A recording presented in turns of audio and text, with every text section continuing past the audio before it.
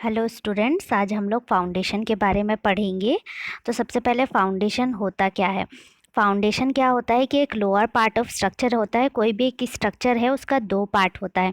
सबसे पहले upper part होता है और दूसरा लोअर पार्ट होता है। तो जो फाउंडेशन होता है उसे हम कहते हैं कि lowest part of structure. Lowest part of structure क्यों कहते हैं? ताकि हम कोई भी बिल्डिंग बनाते हैं तो हमें एक लोअर, हमारी जैसे कि कोई भी एक रूट होती है, कोई भी एक पेड़ पौधा होता है, उसकी जड़ होती है। तो ये जो फाउंडेशन है वो हमारी जड़ का काम करता है, ठीक है। ताकि ये पूरे के पूरे स्ट्रक्चर को पकड़ के रखता है और उसकी स्टेबिलिटी प्रोवाइड करता है उसको, ठीक। और उसका लोड जो है वो लार्ज एरिया में डिस्ट्रीब्यूट करता है। मान लो कि अगर आपका जो लोड है वो सिंगल एक ही जगह पे लोड डिस्ट्रीब्यूट होगा, तो उससे क्या होगा कि उस जगह पे गड्ढे होने के या सेटलमेंट होने की या उस जगह की जो मिट्टी है वो धसकने के चांसेस होते हैं। लेकिन फाउंडेशन ऐसा नहीं होने देता। वो क्या होता है कि लोड को लार्ज एरिया में डिस्ट्रीब्यूट करता है ताकि इक्वली लोड डिवाइड होता जाता है हर जगह पे, ठीक है। अब टाइप्स ऑफ फाउंडेशन क्यों पढ़ना होता है? क्योंकि हर के अकॉर्डिंग, हर एक चीज़ के अकॉर्डिंग हर बार हमारा क्या होता है कि फाउंडेशन अलग अलग टाइप का यूज़ होता है। मतलब as per the requirement, as per the principles, as per the economic point of view, कि हमको कितने पैसे में फाउंडेशन बनाना है, उसकी प्रॉपर्टीज़ क्या है, वहाँ पे कौन सी सॉइल है, क्या है। तो ये सब के हिसाब से हमको फाउंडेशन डिसाइड करना होता है। फाउंडेशन सिस्टम का ये जो डायग्राम है ये आप बहुत अच्छे से याद कर लीजिए, क्योंकि टाइप्स ऑफ फाउंडेशन हमेशा एग्जाम में आता है। तो दो टाइप के फाउंडेशन होते हैं यहाँ पे। सबसे पहले होता है शैलो फाउंडेशन, दूसरा होता है डीप फाउंडेशन।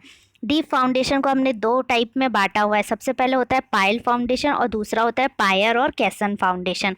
अब ये जो मेरा शैलो फाउंडेशन है ये अलग अलग टाइप के होते हैं। सबसे पहले isolated spread footing, wall footing, combine footing, cantilever और स्ट्रैप फुटिंग और राफ्ट और मैट फुटिंग, ठीक है। एक एक करके हम चीज़ों को समझना स्टार्ट करते हैं।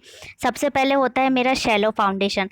Shallow foundation are usually located no more than 6 feet below the lowest finishing floor. Shallow foundation का मतलब आप क्या समझ रहे हैं? शैलो फाउंडेशन का मतलब है कि जो ज़्यादा डीपली नहीं जाएगा, ठीक है, जो ऊपर ऊपर रहेगा। अब ये ऊपर ऊपर रहेगा का मतलब ये है कि अगर लोड ज़्यादा डिस्ट्रीब्यूट नहीं करना है हमको और हमारा जो स्ट्रक्चर है वो कम लोड में बनने वाला है, ठीक है, तो वहाँ हम शैलो फाउंडेशन का यूज़ कर सकते हैं। और डीप फाउंडेशन का मतलब ये है कि वो बहुत ज़्यादा डीप में हमें उसकी फाउंडेशन बनानी पड़ती है। Shallow foundation are usually located no more than 6 feet below the lowest finishing floor. A shallow system generally used when the soil close to ground surface has sufficient bearing capacity.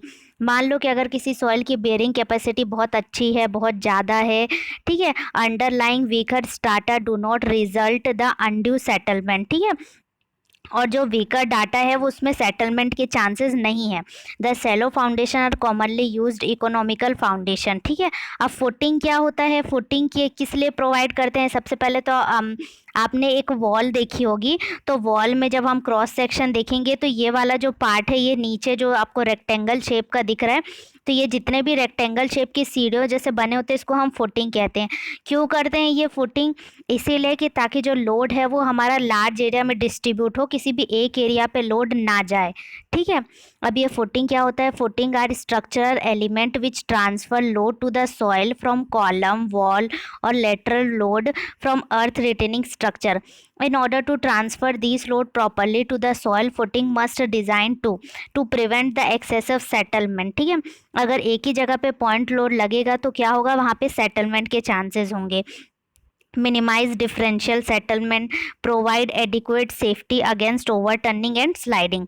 अब types of footing क्या होता है? सबसे पहले isolated spread footing under individual column, this can be square, rectangular और circular, ठीक है। तो आइसोलेटेड स्प्रिट फुटिंग का मतलब आप देख रहे हैं कि ये क्या होता है? कॉलम में यूज़ होता है, और कॉलम में यूज़ करने के लिए इसकी क्या होती है? फुटिंग हम लोग 1 2 3 ऐसे बढ़ा सकते हैं। नेक्स्ट जो है वो मेरा वॉल फुटिंग है। Wall footing is a continuous slab strip along the length of wall, ठीक है। अब इसमें क्या होगा? कंटिन्यूस स्लैब बनती जाएगी ये, और क्या बोलते हैं, along the length of wall, जितनी लेंथ होगी उतनी नीचे नीचे हम लोग स्लैब बनाते जाएंगे, ठीक है। तो वो क्या होगी? कंटिन्यू जहाँ तक वॉल जाएगी वहाँ तक ये चलती रहेगी। नेक्स्ट होती है मेरी कंबाइन फुटिंग।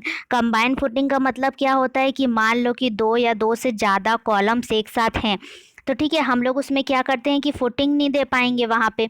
ठीक, तो वो फुटिंग को क्या बोलते हैं, ओवरकम करने के लिए हम लोग क्या करते हैं कि दो फुटिंग में, दो फाउंडेशन में दो कॉलम को ऐड कर लेते हैं, मतलब एक फाउंडेशन बनाते हैं जिसमें कि दो या तीन कॉलम हो जाते हैं वहाँ पे। ठीक है, तो कंबाइंड फुटिंग में क्या होता है, इट सपोर्ट टू और more columns, this can be rectangular और ट्रेपेजॉइडल प्लान। ठीक है, अब आप ये देखिए नीचे रेक्टेंगुलर और ट्रेपेजॉइडल प्लान को, कि ये एक फुटिंग बनी हुई है और एक फुटिंग के अंदर दो कॉलम मुझे आसानी से दिख रहे हैं, तो ये होता है कंबाइंड फुटिंग। नेक्स्ट है मेरा कैंटिलीवर और strap footing. These are similar to combined footing except that the footing under column are build independently and join by strap beam. ठीक है, तो ये दोनों क्या होती है कि एक स्ट्रैप बीम से कनेक्टेड होते हैं।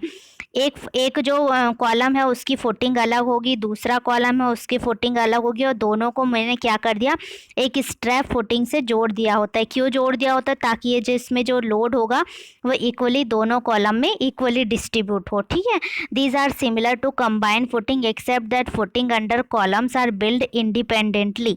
इसके नीचे जो जो मेरे फुटिंग बनी होती है वो इंडिपेंडेंट होते हैं एक दूसरे के साथ, और they are joined by strap beam, और ये क्या होते हैं, स्ट्रैप बीम से जॉइंट होते हैं। ठीक है, मैट और राफ्ट फाउंडेशन। मैट फाउंडेशन क्या और क्या मतलब होता है मैट और राफ्ट फाउंडेशन का।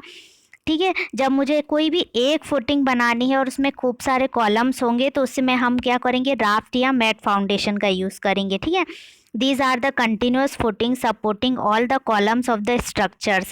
This is used when soil condition are poor but piles are not used. ठीक है, अब ये क्यों यूज़ करते हैं, जहाँ की सॉइल कंडीशन बहुत पुअर होती है और हम अलग अलग गड्ढे करके वहाँ फाउंडेशन नहीं बना सकते, तो हम क्या करते हैं कि एक बार में एक ही फुटिंग में सारे कॉलम्स बनाते हैं। ठीक है, अब नेक्स्ट है मेरा डीप फाउंडेशन। शैलो फाउंडेशन तो आपने पढ़ लिया कि अगर वहाँ की बेरिंग कैपेसिटी अच्छी है तो मुझे क्या करना है, ज़्यादा डीपली में नहीं जाना पड़ता है और मैं ऐसे ही फाउंडेशन बना सकती हूँ। ठीक है, लेकिन डीप फाउंडेशन क्या होता है, the shallow foundation may not be economical और even possible when the soil bearing capacity near the surface is too low. In these cases, deep foundation are used to transfer the load to the stronger layer. ठीक है, अब क्या होगा कि मान लो कि वो सॉइल की बेरिंग कैपेसिटी अच्छी नहीं है, ठीक है, और वहाँ पे सेटलमेंट होने के चांसेस है, तो अगर हम ऊपर ऊपर फाउंडेशन बना देंगे तो लोड लगने के बाद क्या होगा, वो जो स्ट्रक्चर है वो धसकने के चांसेस होंगे। इसीलिए मुझे क्या करना पड़ता है कि डीप फाउंडेशन बनाना पड़ता है। ठीक है, तो in those cases, deep foundation are used to transfer the load to the stronger layer, which may be located at the significant depth below the ground surface. The load is transferred through screen friction और end bearing. ठीक है, इसका मतलब ये होता है कि foundation को हमें तब तक बनाना पड़ता है नीचे जब तक मुझे हार्ड स्ट्राटा नहीं मिल जाता। हार्ड स्ट्राटा का मतलब क्या है कि जब तक मुझे हार्ड रॉक नहीं मिल जाएगा तब तक के मुझे ये जो फाउंडेशन है वो बनाना पड़ता है। ठीक है, अब ये डायग्राम को आप ध्यान से देखिए, figure 1A, axial compressive load transfer इन डीप फुटिंग। ठीक है, तो ये जो है मेरे एक पाइल फाउंडेशन मैंने बनाया हुआ है जिसमें से लोड P लग रहा है, और ये मैंने कहाँ तक बनाया हुआ है, नीचे हार्ड सॉइल तक, जहाँ जब तक मेरे को हार्ड सॉइल नहीं मिल जाती। ठीक है, तब तक मैंने ये बनाया हो, और बीच में ये जो आपको एरो दिख रहे हैं दोनों साइड, लेफ्ट और राइट साइड, ये क्यों है कि ये जो आसपास की सॉइल होगी वहाँ पे उन सब से क्या करेंगे, फ्रिक्शन करेंगे। ठीक है, तो ये स्किन फ्रिक्शन हो रहा है।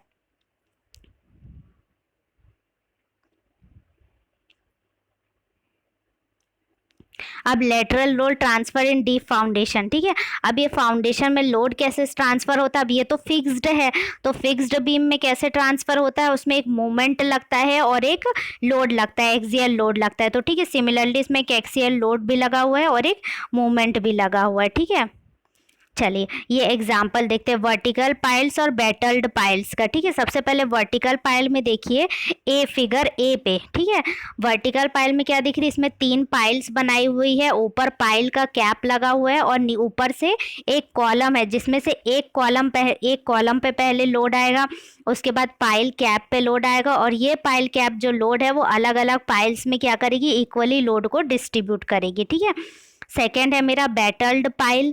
ठीक है, बैटल्ड पाइल में एक कॉलम है, कॉलम के बाद ये पाइल्स की कैप बने हुए हैं और उसके बाद ये नीचे पाइल्स बने हुए हैं। तो इसमें क्या होगा कि एंगुलर शेप में क्या होगा, लोड सर्कुलेट होता जाएगा सब जगह पे।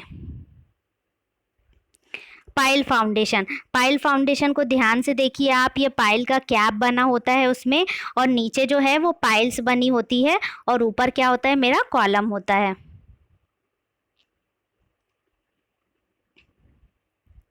Soil properties and parameters and foundation system. Frost depth, frost line or freezing depth is the depth to which the groundwater in which soil is expected to freeze due to temperature drop. ठीक है, अब ये Frost depth क्या होता है, foundation बनाने के लिए हमें ये भी देखना पड़ता है कि नीचे ग्राउंड वाटर टेबल के नीचे क्या क्या एक्टिविटीज़ हो रही हैं समर सीजन में, विंटर सीजन में। ठीक है, तो ये जो फ्रॉस्ट डेप्थ है वो क्या होता है, एक ऐसा डेप्थ जहाँ पे जाके जो ग्राउंड वाटर है वो फ्रीज हो जाता है अगर मेरा टेम्परेचर एटमॉस्फेयर का ड्रॉप हो रहा होगा। ठीक है, तो the frost line varies by latitude and it is deeper closer to the poles. ठीक है, जो हमारे नॉर्थ पोल और साउथ पोल होते हैं वो उसके पास होता है, उस जगह पे क्या होता है कि ये फ्रॉस्ट लाइन बनती है। It range in the United state from the zero about 0 to 6 feet below the frost depth. The temperature varies but is always above 0 degree Celsius 32 degree Fahrenheit. In Arctic and Antarctic location the freezing depth is so deep that become year round permafrost, and termed throw depth is used instant. Frost having, अब ये Frost having क्या होता है, Frost having is a upward swelling of soil during freezing condition. ठीक है, अब नीचे हमारा सॉइल अगर फ्रीज हो जाएगा तो ऊपर जो सॉइल है वहाँ पे क्या हो जाती है, स्वेलिंग हो जाती है, तो मुझे पता चलता है कि नीचे का जो ग्राउंड वाटर है वो स्वेल हो गया है। It is caused by increasing presence of ice as it grows towards the surface. ठीक है, तो वो क्या होता है कि अगर बहुत सारा हमारा ऊपर जो सरफेस है, ग्राउंड है, वहाँ पे बहुत ज़्यादा हमारी बर्फ़ पड़ रही है या बर्फ़ गिरी हुई है, तो नीचे का जो ग्राउंड वाटर का पानी है वो पूरी तरीके से फ्रीज हो जाता है। Ice growth required a water supply that delivered water to the freezing front via capillary action in certain soil. The weight of overlying soil restrain vertical growth to the ice that can promote the formation of lens-shaped areas in ice within the soil. ठीक है, तो इसमें क्या होता है कि जो ice growth है वो वाटर सप्लाई को फ्रीज कर देती है और कैपिलरी एक्शन सर्टेन सॉइल्स में होने लगते हैं। ठीक है, तो ये सारी चीज़ें जो है वो मुझे फ्रॉस्ट हैविंग में देखनी होती है। कैपिलरी एक्शंस, कैपिलरी एक्शन सबसे मेन जो पॉइंट है वो है फाउंडेशन बनाने का। तो कैपिलरी एक्शन अगर होगा तो हमारा क्या होता है कि जो हमारा ग्राउंड सरफेस है, हम जहाँ पे बैठते हैं घर पे, उसके नीचे से क्या होगा, अपवर्ड साइड में पानी आना चालू हो जाता है। ठीक है, तो अपवर्ड साइड में जब भी सीलिंग आ रही होती है तो हम उसके लिए क्या करते हैं, डीपीसी कराते हैं, डैम प्रूफ कोर्सिंग कराते हैं। और अगर ये डैम प्रूफ कोर्सिंग नहीं होगी और उस जगह का वाटर टेबल हाई होता है तो हमारा क्या होता है, कैपिलरी एक्शन होता है।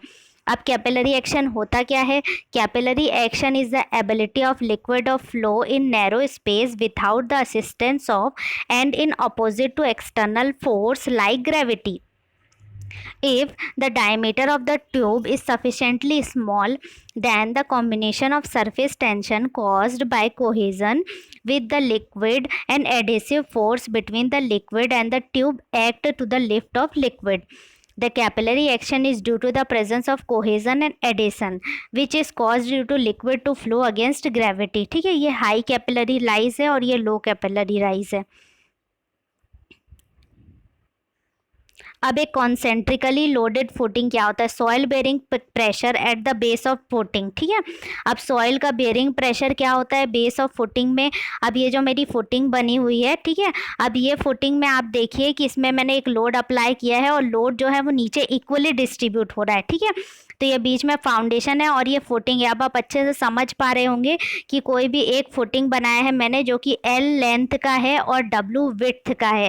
ठीक है, जिसमें कि ये जो लेंथ आप ये जो लोड डिस्ट्रीब्यूशन देख रहे हैं आप, bearing pressure P/A is equal to P/W into L, तो ये इक्वली डिस्ट्रीब्यूट हो रहा है। ठीक है, इसेंट्रिकली लोडेड फुटिंग क्या होती है, इसेंट्रिकली लोडेड फुटिंग में क्या होती है कि E1 जो इसेंट्रिसिटी होती है, ठीक है, इसका मतलब है कि लोड जो है वो E1 डिस्टेंस पे लगता है।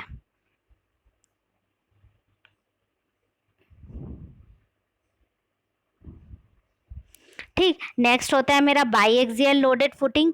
बाईएक्सियल लोडेड फुटिंग में क्या होता है कि इसमें क्या होता है कि जो लोड लग रहा है, जो हमने फुटिंग बनाई है उसके सेंटर पे नहीं लगता है, वो एक्स डिस्टेंस से ई एक्स डिस्टेंस से और ई वाई डिस्टेंस से दूर एक पी लोड लगता है। ठीक है, तो इसे हम बाईएक्सियल लोडेड फुटिंग कहते हैं।